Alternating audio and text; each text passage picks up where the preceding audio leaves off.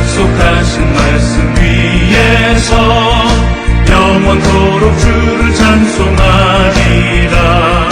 소리 높여 주께 영광 돌리며 약속 믿고 굳게 서리라. 굳게 서리 영원하신 말씀 위에 굳게 서리 굳게 서리 그 말씀 위에 굳게 서리라. 주님 약속하신 말씀 위에서 세상 염려 내게 엄습할 때에 용감하게 힘써 싸워 이기며 약속 믿고 굳게 서리라. 굳게 서리 영원하신 말씀 위에 굳게 서리 굳게 서리 그 말씀 위에 굳게 서리라. 주님 약속하신 말씀 위에서 영원하신 주의 사랑 힘입고 성령으로 힘써 싸워 이기며 약속 믿고 굳게 서리라.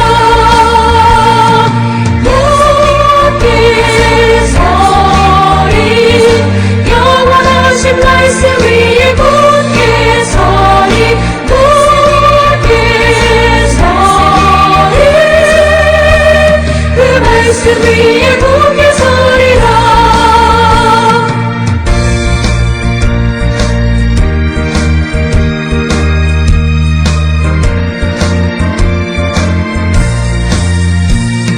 주님 약속하신 말씀 위에서 성령 인도하는 대로 행하며 주님 품에 항상 안식 얻으며 약속 믿고 굳게 서리라. 굳게 서리 영원하신 말씀 위에 굳게 서리 굳게 서리 그 말씀 위에 굳게 서리라.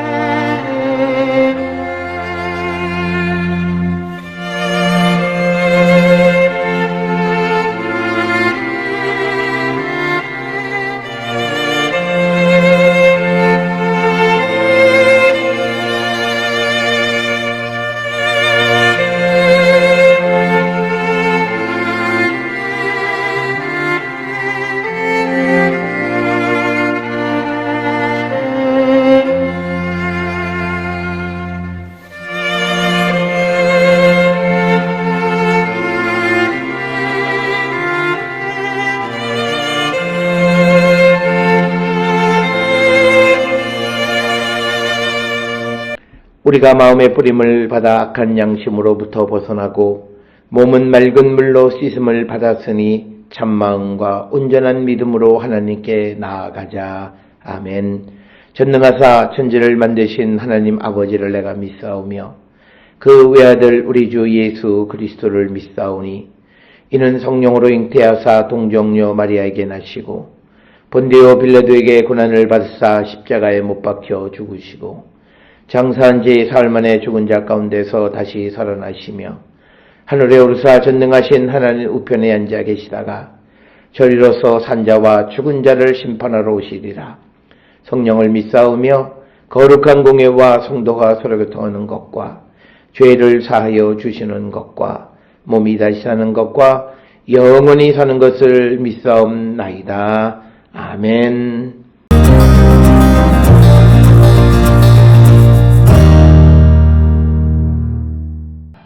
그러므로 너희가 더욱 힘써 너희 믿음의 덕을, 덕의 지식을, 지식의 절제를, 절제의 인내를, 인내의 경건을, 경건의 형제 우애를, 형제 우애의 사랑을 더하라. 이런 것이 너희에게 있어 흡족한즉 너희로 우리 주 예수 그리스도를 알기에 게으르지 않고 열매 없는 자가 되지 않게 하려니와 이런 것이 없는 자는 맹인이라 멀리 보지 못하고 그의 옛 죄가 깨끗하게 된 것을 잊었느니라. 그러므로 형제들아 더욱 힘써 너희 부르심과 택하심을 굳게 하라. 너희가 이것을 행한즉 언제든지 실족하지 아니하리라. 이같이 하면 우리 주 곧 구주 예수 그리스도의 영원한 나라에 들어감을 넉넉히 너희에게 주시리라.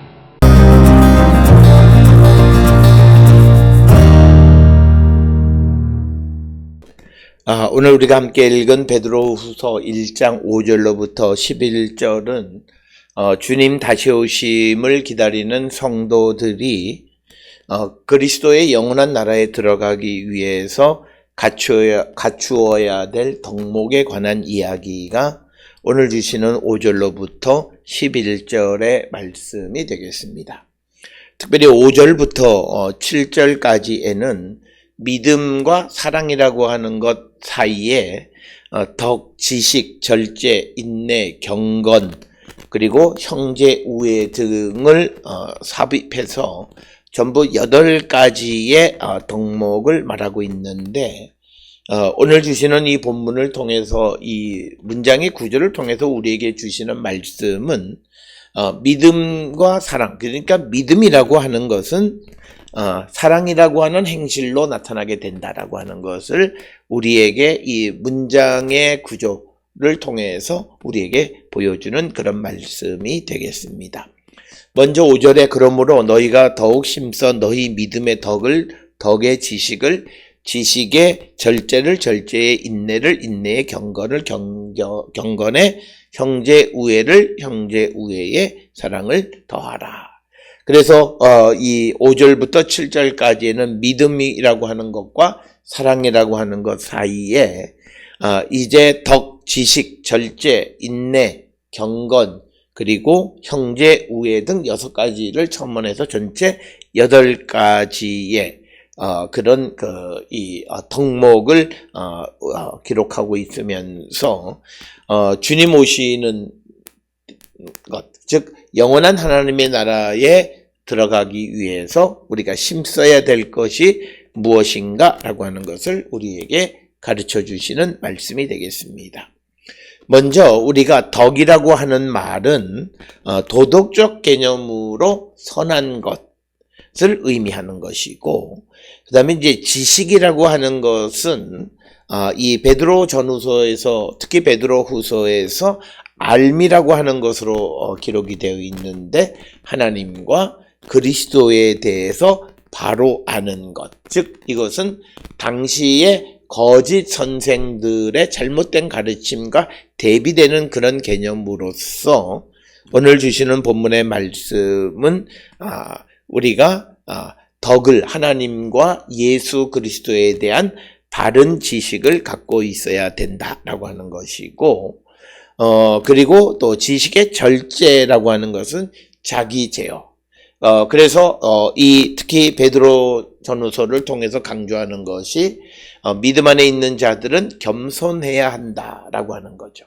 그 겸손은 자기를 제어할 때 가능하다라고 하는, 그래서 자기 절제가 필요하고, 그 다음에 이제 인내가 필요하다라고 하는 겁니다. 오래 참는 것이고, 그리고 경건이라고 하는 것은 내가 생각하는 것이 아니라 하나님의 마음에 드는 행동, 이게 경건이에요.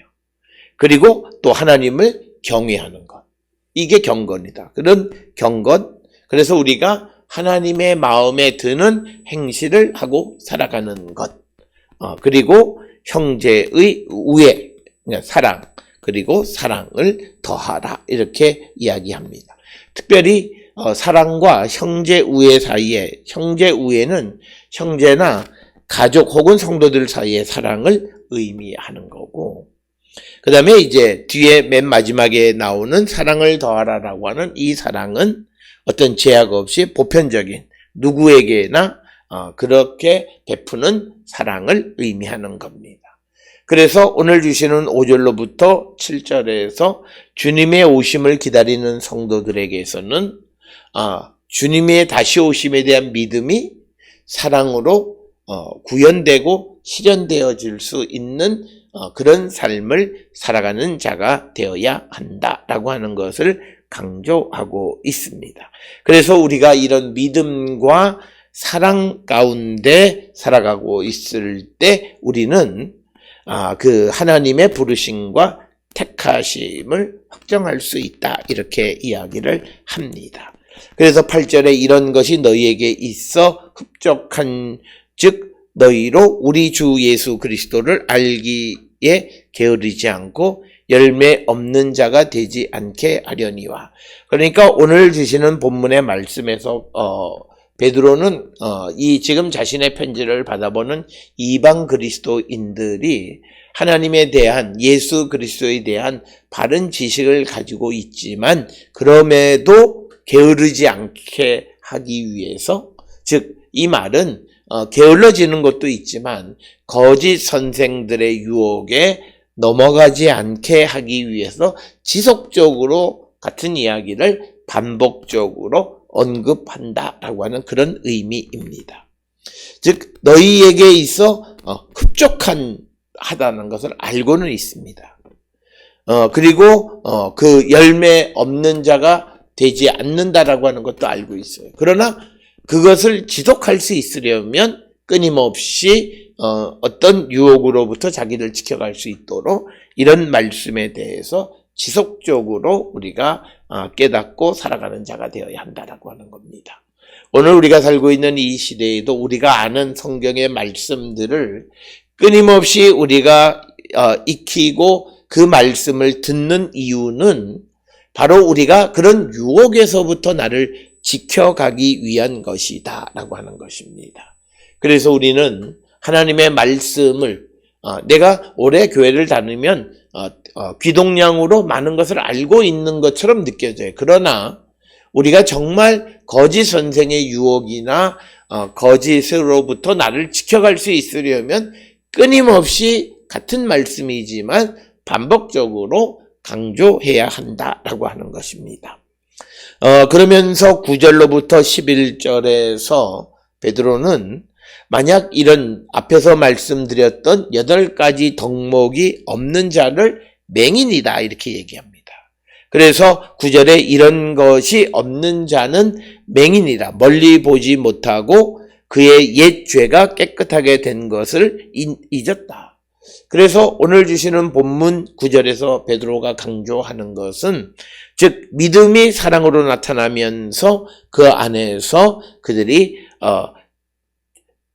덕과 지식과 절제와 인내와 경건과 형제의 우애를 드러내지 못하게 되면 그들은 눈이 먼 자들이고 그리고 자신들이 옛죄가 깨끗해졌다라고 하는 사실을 잊기 때문에 다시 반복하면서 그런 어떤 믿음도 없고 그런 어떤 덕도 없고 지식도 없고 절제도 없고 인내도 없고 그리고 경건도 형제 우애도 사랑도 없는 삶을 살아가는 것은 그들이 그 눈이 멀었기 때문이다. 뿐만 아니라 그들이 잊어버린 망각 때문이다.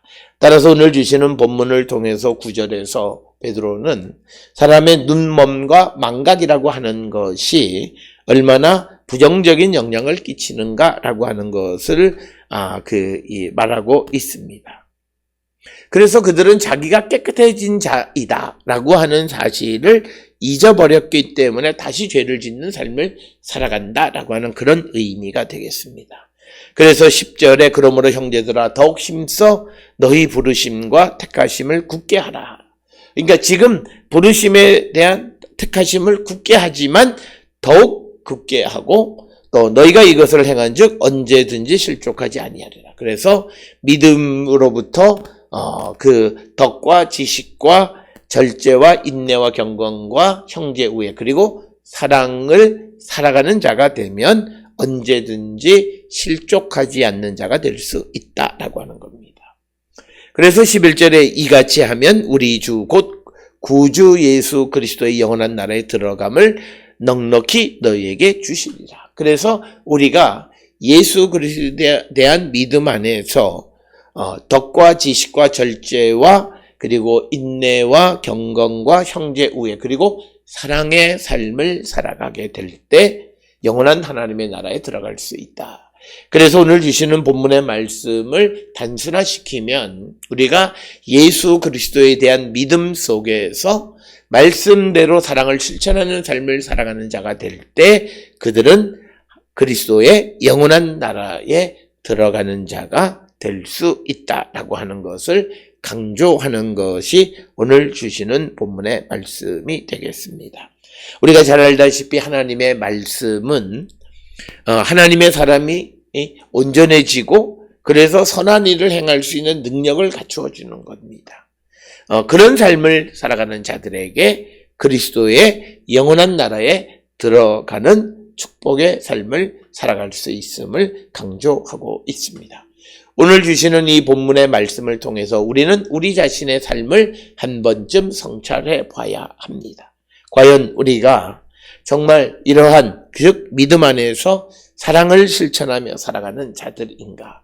그래서 그리스도의 영원한 나라에 들어가기에 넉넉한 삶을 살고 있는지 성찰하고 회개에 합당한 열매를 맺는 우리 모든 성도들이 될 수 있기를 주의 이름으로 축원합니다. 기도하시겠습니다. 사랑과 은혜가 충만하신 아버지 하나님 은혜를 감사합니다. 우리의 삶을 성찰해 봅니다. 정말 우리가 예수 그리스도를 믿는 자로서 주님의 말씀대로 사랑을 실천함으로 영원한 하나님의 나라에 들어가는 자 되게 우리를 인도하여 주시옵소서. 예수님의 이름으로 기도드렸습니다. 아멘.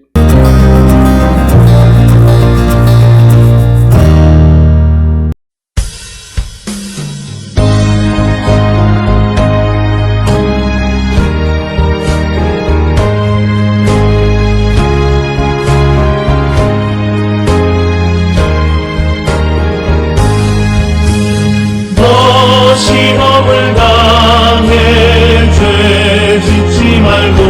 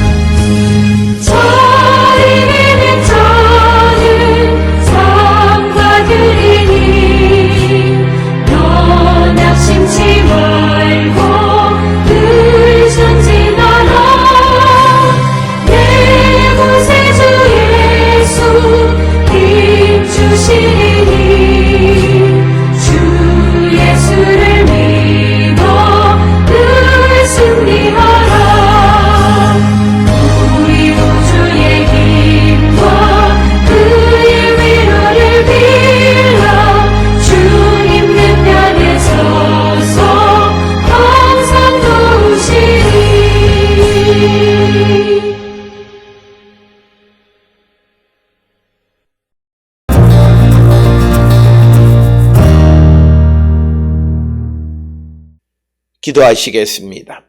이제는 우리 주 예수 그리스도의 은혜와 하나님 아버지의 무한하신 사랑과 성령의 위로 역사 교통하심이 믿음과 사랑 가운데에서 영원한 그리스도의 나라에 들어가기에 합당한 삶을 살기로 결단하며 세상을 향해 나가는 우리 모든 성도들 머리 위에 지금으로부터 영원토록 함께 할지어다. 아멘. 주 나를 지키시고